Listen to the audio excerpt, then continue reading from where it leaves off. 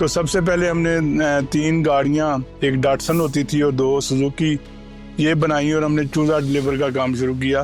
तो उन दिनों फार्म बहुत छोटे छोटे होते थे, कोई 2000 चूज़े का फार्म है, कोई 2500 का है, कोई 3000 का है, और जो 5000 चूज़े का फार्म है वो बड़ा फार्म समझा जाता था। तो मैंने एक गाड़ी खुद चलानी, 2 पे हमने ड्राइवर रखे। तो 1981 में हमने चूज़ा डिलीवर करना शुरू किया और उसमें साथ हम, चूँकि ब्रीडर फार्म मरी में होते थे ज़्यादा, तो हफ्ते में 2 दफ़ा मैं मरी जाता था, वहाँ से ब्रीडर का अंडा लेके आता था, यहाँ पे ओलंपिया के एचटी में तो आते थे।